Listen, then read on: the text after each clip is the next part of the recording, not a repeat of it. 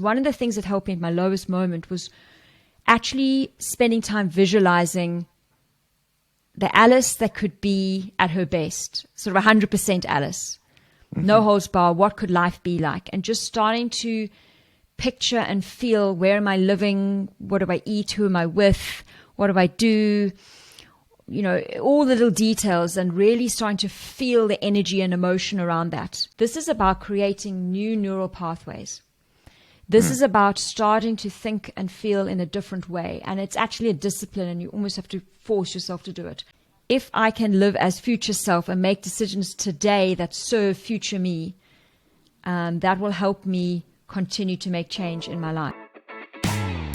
Hello, everyone, and welcome to the Flow Over Fear podcast, where it is our mission to help you to rise above fear and realize your ultimate potential in leadership and life.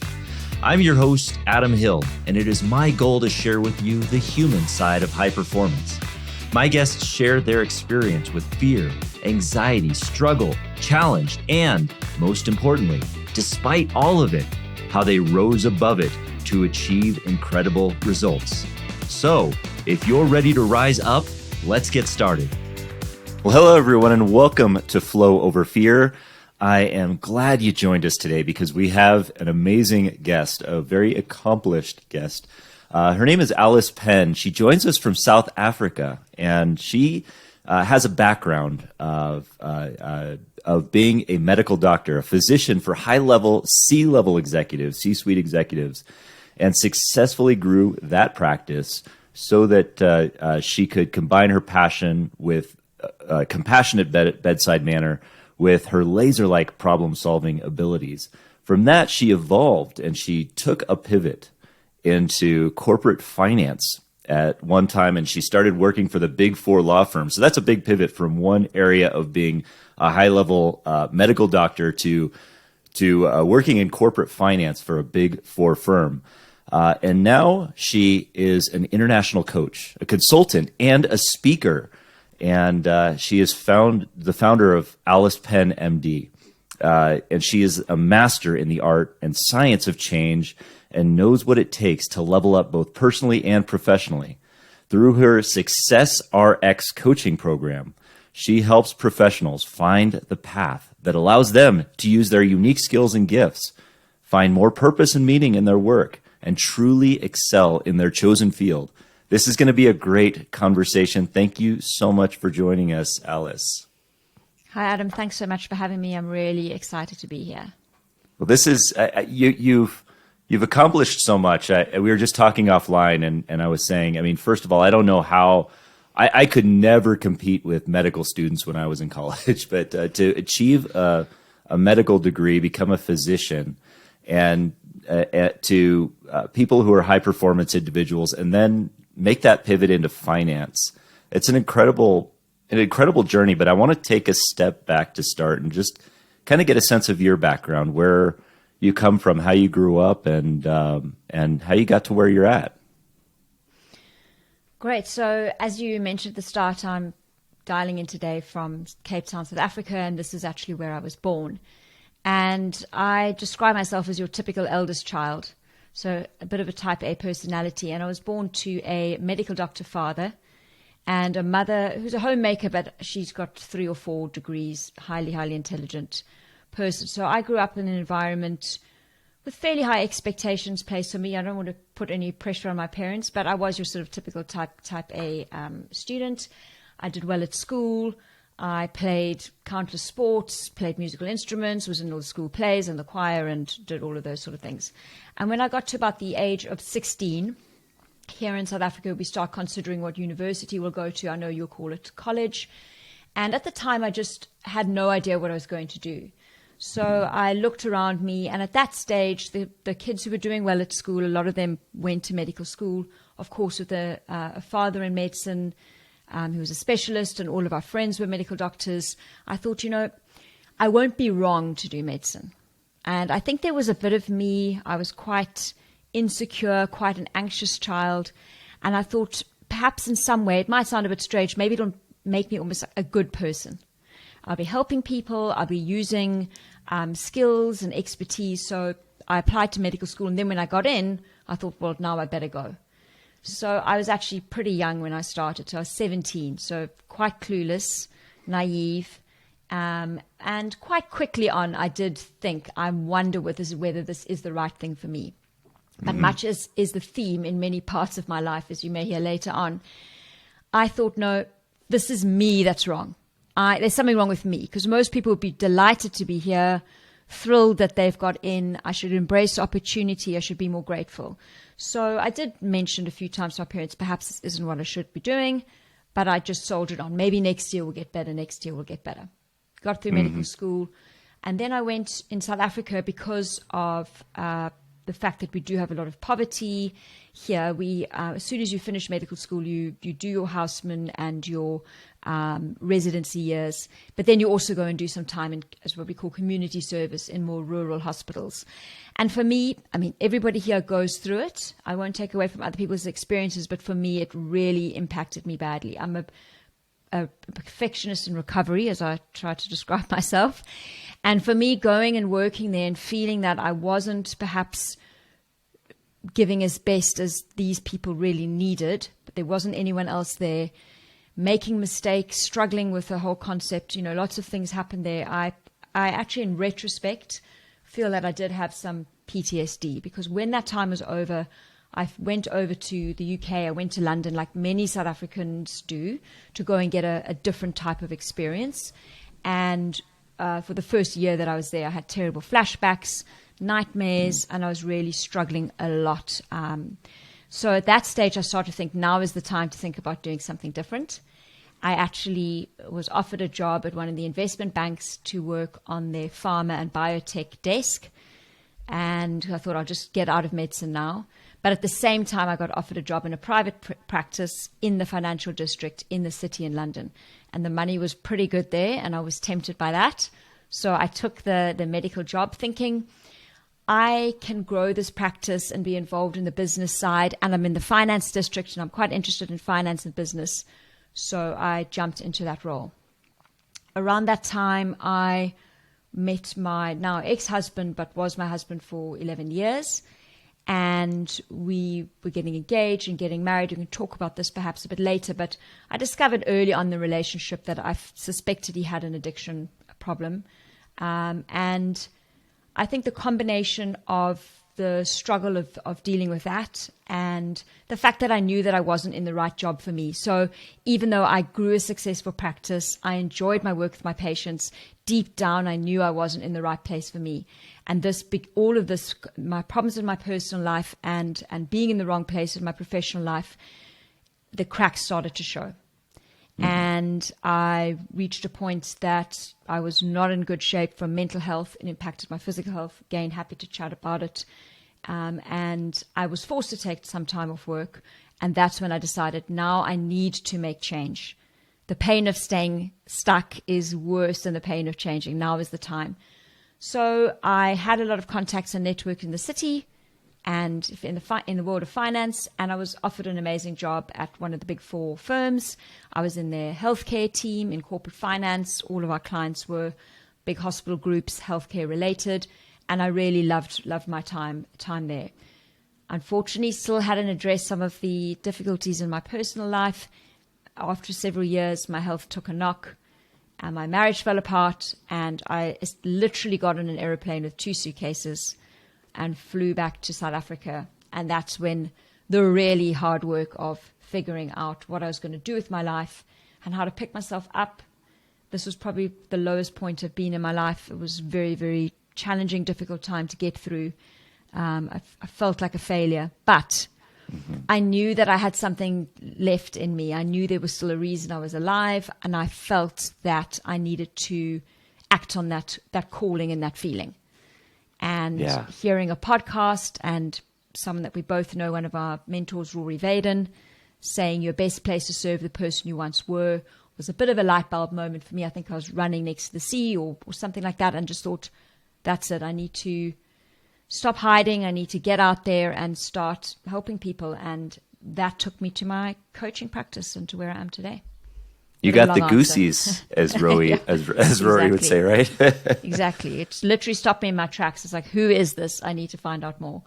Yeah. Well, I appreciate that background because there's a lot there. I mean, when we present ourselves, or when you're presenting yourself as someone that has such high achievements and has achieved so much and done things, I mean, it's easy to look from the outside and say, oh, well, there's someone that has their stuff together. There's someone that's, always had, that chip on their shoulder, that spring in their step, or, they can achieve it, but I can't. And I know for a lot of people in this audience, they can certainly relate to a lot of the challenges you had. I know that one of the first things that resonated with me is when you talked about in college, how you were, or university, as you would say, there was this certain sense of battling with the identity that you were working with, that there was an expectation that you wanted to achieve something in the medical field, or you were feeling, I guess, drawn to the medical field, but you were uncertain. You didn't know where you were going. Did that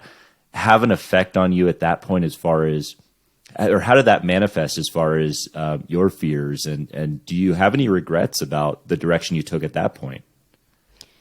So actually with my clients, one of the first things we talk about is what I call solving for stuck. And one of the S's of stuck is around this self-identity. And for me, creating an identity as a medical doctor at the age of 16 and holding on to that until nearly the age of 30. Yes. So that was a difficult one for me to challenge and to face. Now, I wasn't completely wedded to it, but you do start to build up an image of what your life perhaps may be like, and what, as I said at the start, what sort of a person it was going to make me. And I think that thinking, well, if I don't do medicine, who will I be? What will I be? Also understanding that in my family, certainly with my dad as a medical doctor and my mother also originally trained as a nurse and a midwife, there was some sort of level of, I don't want to say expectation, but a good quality attached to this sort of a role. So my parents would maybe talk openly about, oh, if you're in finance, it's just about money. But what we do is different. So I think breaking out of those expectations, even if my parents weren't, I would really hate for them to think that they didn't do it intentionally, but certainly that's the way that I grew up. So it took me some time to decide I can change my identity. I can actually let go of this and find a way forwards, even if I don't know what it's going to be. Yeah, well, I think regrets. I definitely don't regret it. Yeah. I mean, if I went back again, I probably wouldn't do medicine. However, I'm always careful because I am so grateful for the experience that I did have. And, you can't take away who you were. And I'm extremely grateful for the patients that allow you into their lives. So that's a real privilege. People will talk to you and tell you things that they won't tell many other people. And so that's something that I'll take to my grave. That's sort of that real gratitude that I have for people trusting you with their stories and with their lives. So that I definitely don't regret. And one of the other things that I can say about training as a doctor, because a lot of people will say, well, what was the relevance of all your medical training in the rest of your life, is that at the end of the day, it is consulting, it is advisory. You are talking to a person, you're trying to understand their pain and their problem. You're working with them to diagnose and investigate and understand the root cause. You're coming up with a plan of treatment and taking them through it. So even in my consulting career, commercial financial advisory career, and even what I do today, it's still the same principle. So I've kind of carried that through with me. It almost sounds like that experience you've had with kind of the challenges you faced, maybe with the medical health, with which we can get into, or the mental health that we can get into, that has maybe shaped your experience, because you mentioned that you have a strong bedside manner for a doctor. And I know a lot of doctors, they almost, that doesn't exist. They may be great doctors, but they might not have the bedside manner, but you have that. And that empathy, it sounds like that comes from your experience. Would that be fair to say? Definitely. And I think because I wasn't that passionate about the subject matter, I felt that I could throw myself into the interpersonal side of things. And for better or worse, I've tend to be somebody who wants to try and help others. I think we can touch it later, but in my marriage, it created a kind of a codependency where I was enjoying too much helping this person who needed so much help. But in my medical career, I definitely, certainly when I was doing all my training in psychiatry, I always found that extremely interesting. And I think, as you say, having had so many of my own challenges actually from school days onwards with my mental health, even though it wasn't addressed or spoken about then, I really could, as you say, identify with what patients were perhaps going through or did my best to. And that's the side of it that I really enjoyed. Yeah, and that's something I like to share about as well in my personal story, because I come from an anxiety background and things like that, and it used to be so debilitating. It's such a debilitating thing to experience those issues. But when we can rise above them, I realize that they turn into superpowers, that you can actually make them superpowers. And that sounds like an example of just that. These things that you experience with, this identity and trying to shape that turned into almost this empathy you could have for your patients and this superpower that you now have that you're sharing with the world. So that's powerful. So with regard to some of that mental health as you evolve throughout your life and you experienced some of this trauma through having to work in some of the poverty-stricken zones in South Africa, how did that develop into the mental health issues? What were you experiencing at that time? So I think if I reflect back, and I've been through a lot of therapy, and I'm happy and open to talk about that, because I think it's important to mention it, because as you said at the start, quite often people don't realize if you are on paper a high achiever, how you might still have these struggles and issues going on. And certainly for me, that was actually a challenge, because people didn't want to ask me if I was okay, because they sort of thought maybe I'd be offended, or I seemed to be doing well. I was quite high functioning, so they didn't want to offend me or step on my toes. So what I can say is that even as a child, I was very anxious. I used to worry when I went to play school, nursery school, but what would the other children be like and what would they think of me? And I think early on, I developed this fear of failure, fear of making a mistake, fear of being told I got something wrong.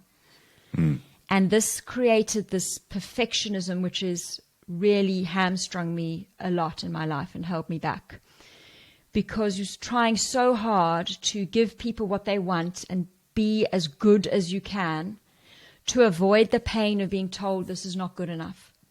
So when I did music performance or sport, if I got off the stage or whatever and I had any criticism, I couldn't deal with it. So I think that I developed these unrelenting standards for myself.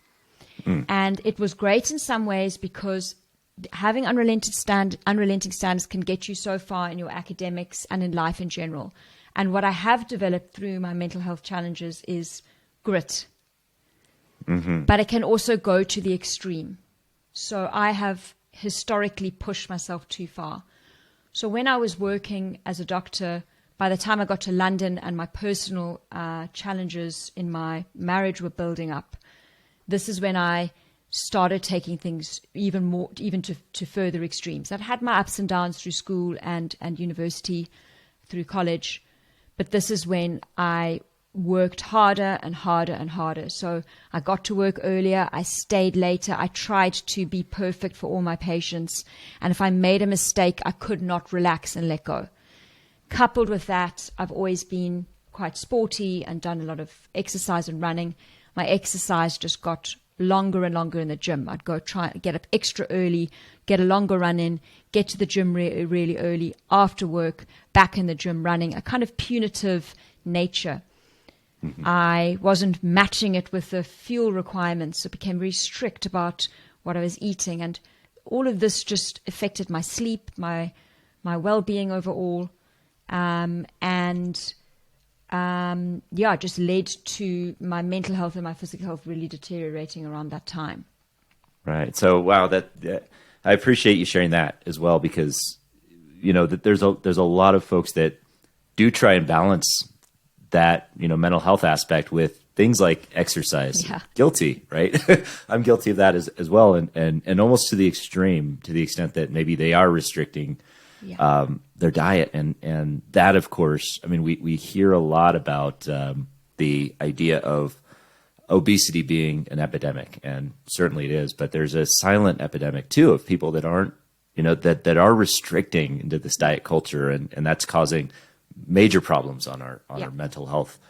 But I love the way that you put this idea, because it seems like it's another aspect of a superpower that comes from this mental health issue. You talk about the unrelenting standards. I love that language that you use there. The unrelenting standards that you put on yourself that lead to this perfectionism, and or that maybe come from it, or maybe it's a cycle. Yeah. But they lead to this grit that you have. Yes, it may cause the challenges that this perfectionism may be a toxic trait, but that ultimately you got from it grit, which is an empowering trait. Yeah. Is that something you share with your clients now, or how do you kind of pass the grit trait on? Look, it is a double-edged sword, because if you have so much grit that you can't stop and reconsider that you've made a mistake, and one of the things that really helped me was actually thinking, I'm allowed to change my mind. I'm allowed to reconsider what I thought was good for me 10 or 15 years ago. And those thoughts become so entrenched that you actually have to stop. And a lot of the work I do with my clients is around this sort of rewiring idea, neuroplasticity. Mm-hmm. But yes, I think what I try and do with my clients is give them the confidence that making change is hard. It's going to feel hard. It's going to fill you with fear and anxiety.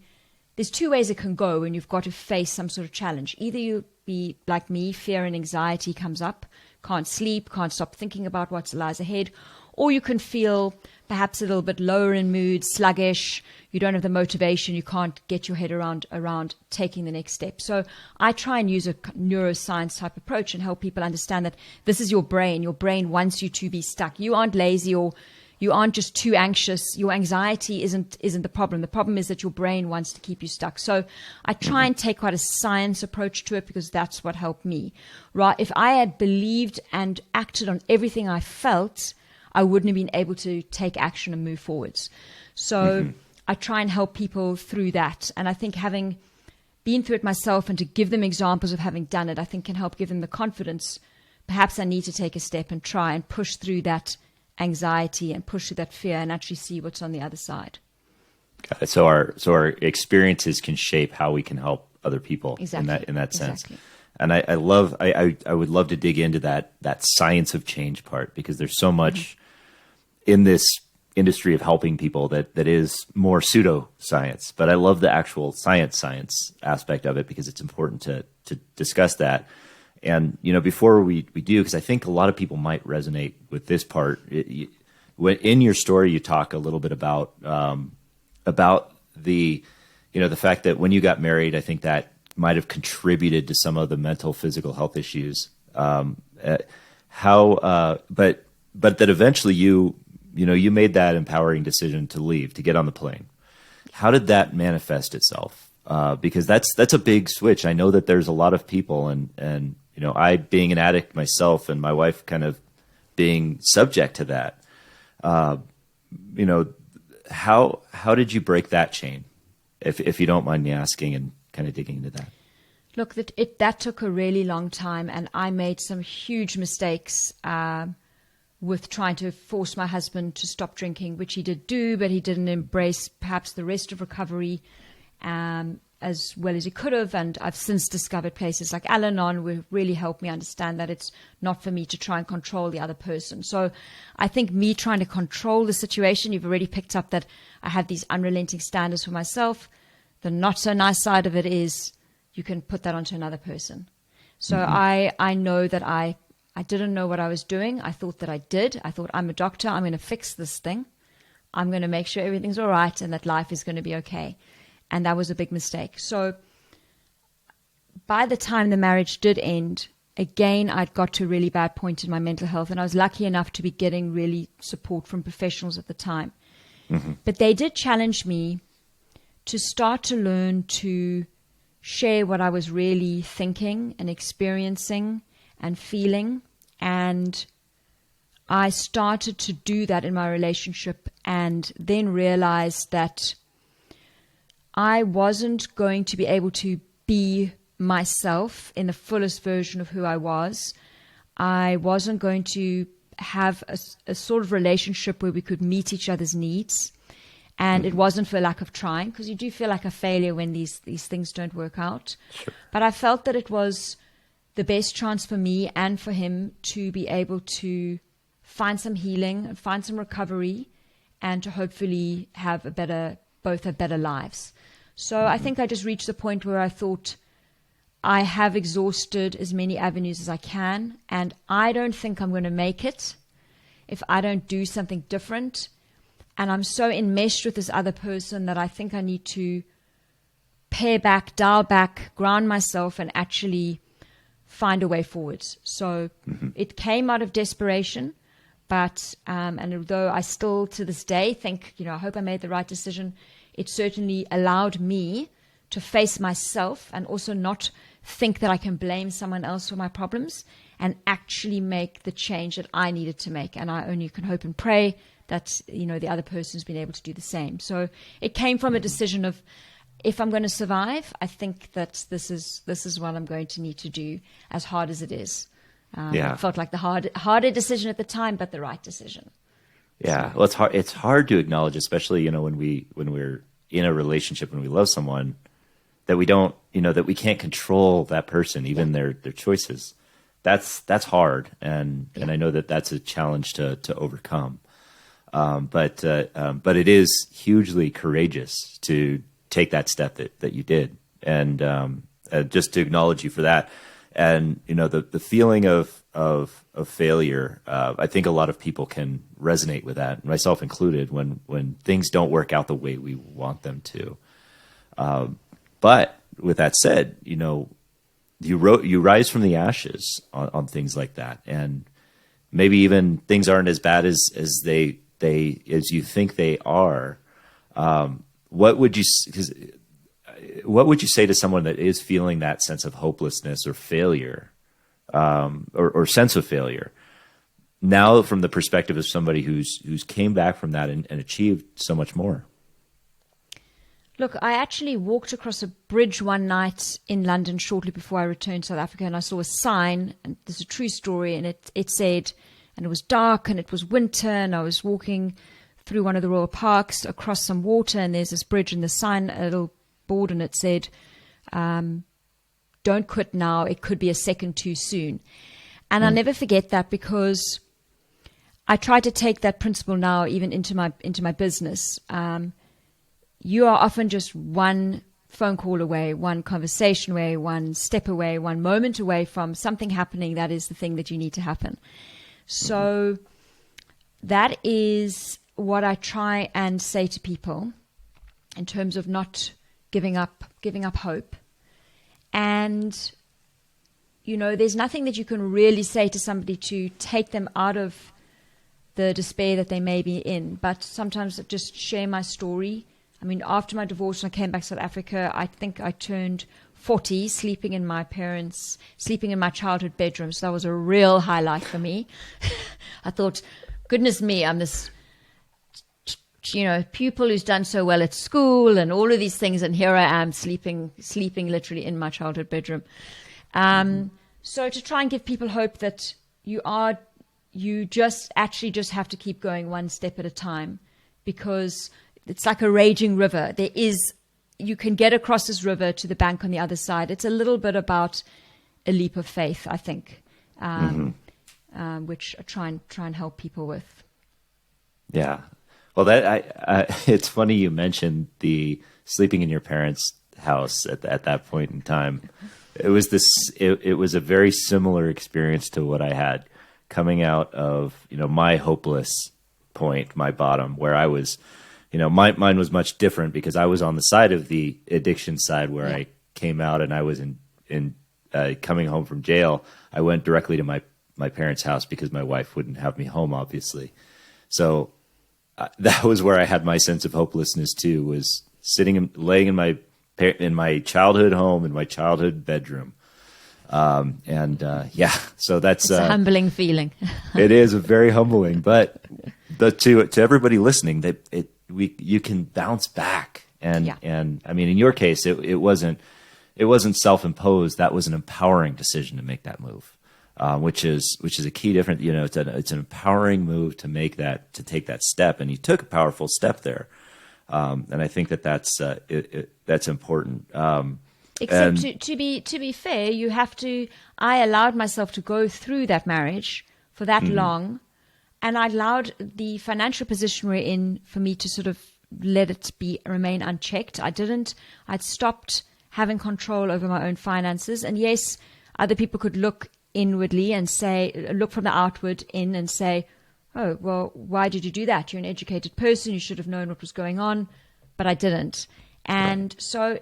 As much as it wasn't someone else's addiction, isn't self-imposed, I still probably enabled a lot of things that went on, and I made the choices. And I'm always very clear that it was important for me to take accountability for that I was party to what went on. I was party to the fact that I came back with 2 suitcases and not much else to my name and had to start again.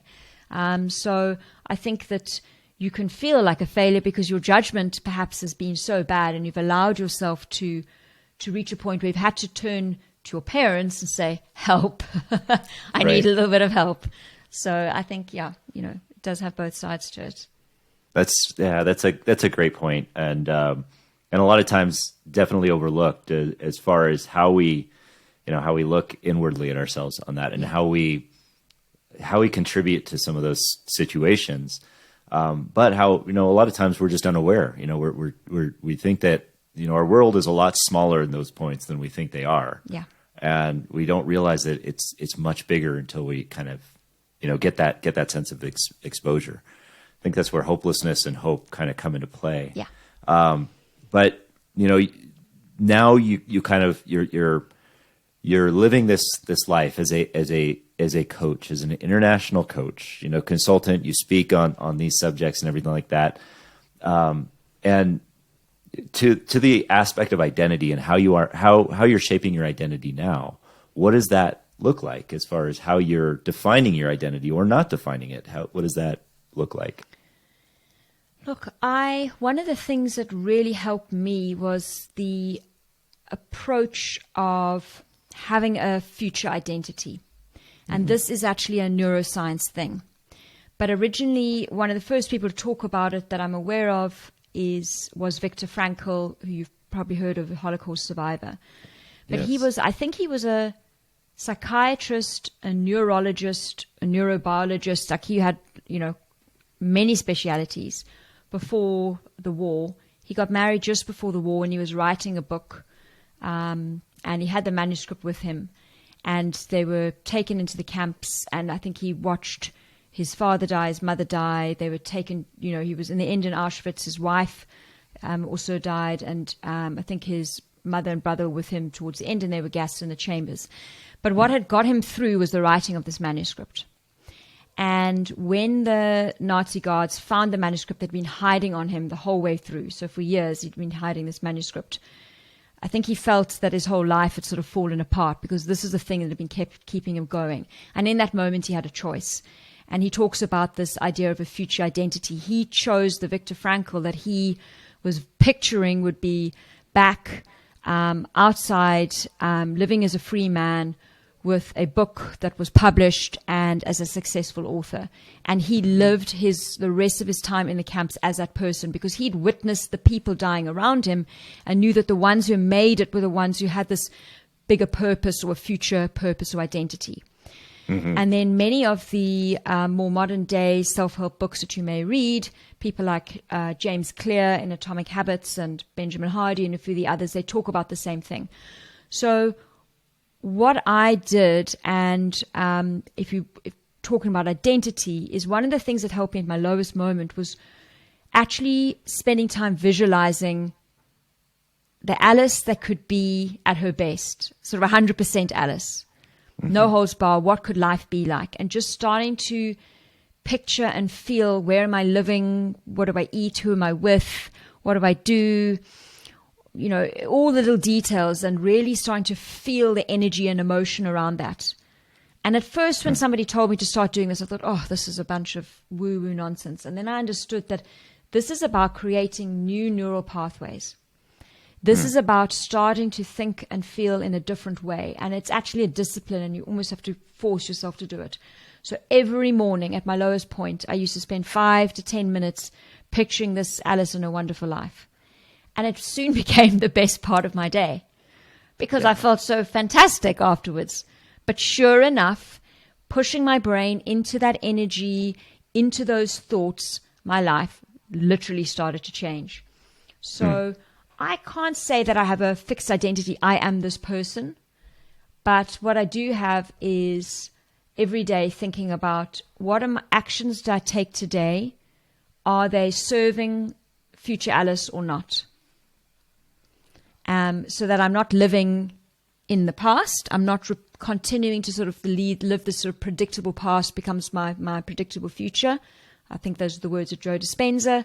But if I can live as future self and make decisions today that serve future me, that will help me continue to make change in my life. So, yeah, I don't have a fixed identity, but I certainly have an idea of full potential, 100% Alice, actually how fantastic life could be, and to try and live in that space.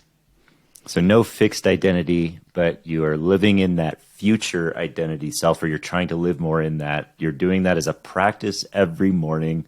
That's a great way, and that's part of science. So that's part of the science of change that you talk about and that you share about, getting into the neuroscience of that. How does that look in terms of how that works within your program, the Solving for Stuck, and the science of change, those kinds of things? Yeah, so the first thing I take people through is why are they with me in the first place? So why are they stuck? Because what we don't want to do is take somebody through a coaching program and then they land up in the same position again. Or the concerns that I have is that if you haven't addressed, I think this comes from my medical days, if you haven't addressed the real root cause, and then you start making decisions about your profession and your working life, but you haven't actually addressed the mindset, you're probably not going to make the right choice, because most people are really held captive by their self-limiting beliefs. I say the beliefs you have are the beliefs you are had by. So I like to work early on with people on their self-limiting beliefs and starting to create new beliefs and challenging them, and then move into the science of change before we move into, well, where are you at your best? What is your genius? What is your superpower? You can't do this sort of what is your genius, superpower, what's unique about your work, unless you've kind of tried to start to make the change and address the mindset side of things. And then we can get really practical after that and move into how to create opportunities and how to go forward from there. But that's how I bring that side into the work that I do. So it's kind of like removing the blockage first, getting that mindset right, and then doing the deep work. Yeah, exactly. And that kind of sounds like you're getting into that flow state, helping getting into that flow state. Would you consider that what the unlocking of genius is getting them into flow? Yeah, exactly. Actually, I have a little phrase for that module, which is, when you find your flow, your success will grow. And I always tell the story of Oprah Winfrey, but I don't usually announce that it's Oprah at the start of the story. But from what I understand, she was hardworking at school, and she had won a radio show competition. And I think she'd been asked what she wanted to be, and she decided quite early on she wanted to be a news broadcaster. And she worked her way up, and she was doing quite well in the world of reading the news. But she was, I guess, criticized for some of the way she did it. Now, she had her hero was Barbara Walters, and she just wanted to be like Barbara Walters.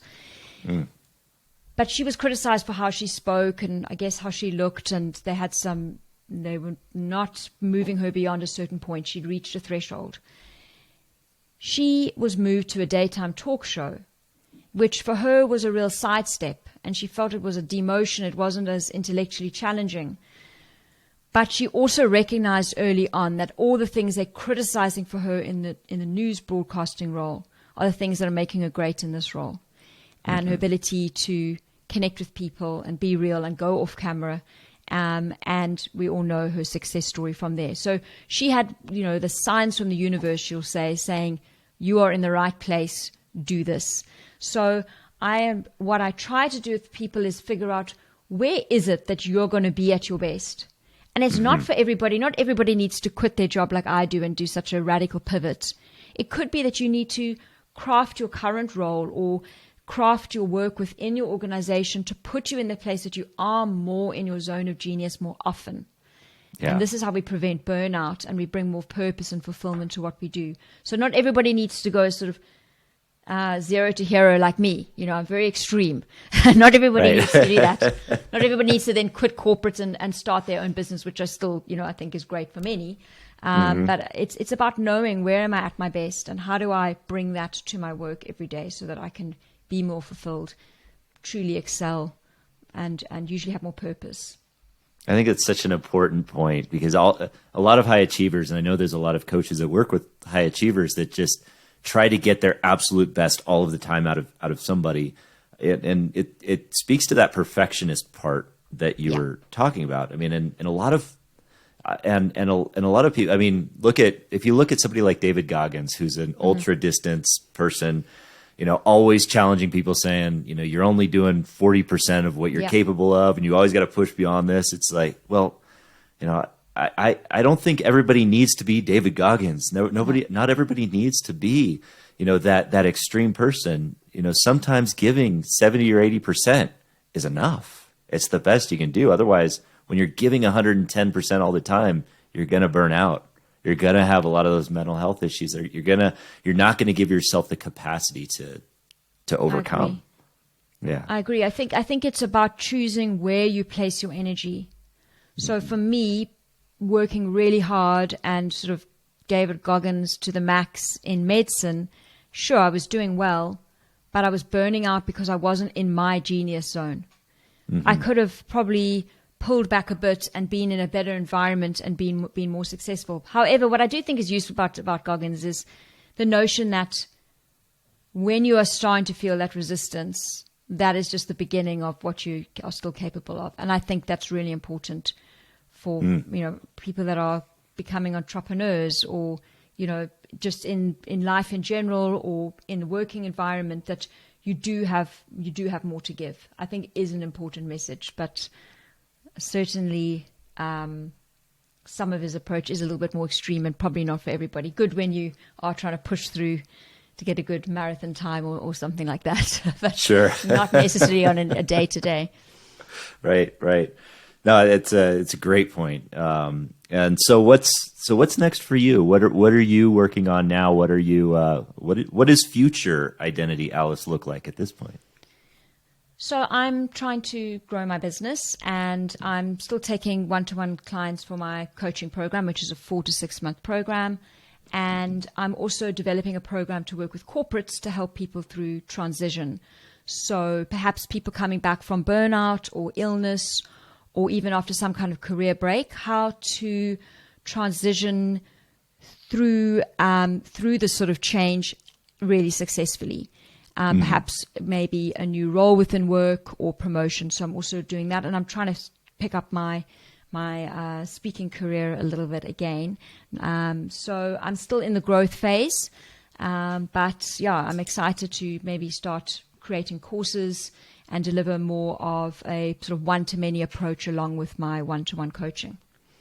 I love that. So it's and you've got a lot to give. You've got a lot of experience here, and it's just such a perfect balance of helping people change, helping organizations change. Because organizations are like, they're like people too. They have identity crises, yeah. So they need that management of their identities too. So just the fact that you have the background that you do, you have the expertise and that credibility as a doctor, helping companies and in finance, and now you're bringing that science to personal development, which is huge. And so I'm very grateful you were sharing your wisdom and your experience with us today. I think a lot of people who, are high achievers who want to achieve more can really relate to a story like yours, coming from that perfectionist background, trying to work through your identity, through the challenges you faced, but realizing that identity does not shape you and that you are, who the future identity of what you want to be. That's who you are. So thank you so much for joining us today. Alice has a coaching program called Success RX, Redefine Your Professional Path. And it's designed for people, for organizations that are stuck. And so if that defines you, please reach out to Alice. And Alice, where can people find you? So I'm on alicepennmd.com, and on my site, there's places that you can go and book a free call. I offer everybody 1 hour free coaching, see if I can help you.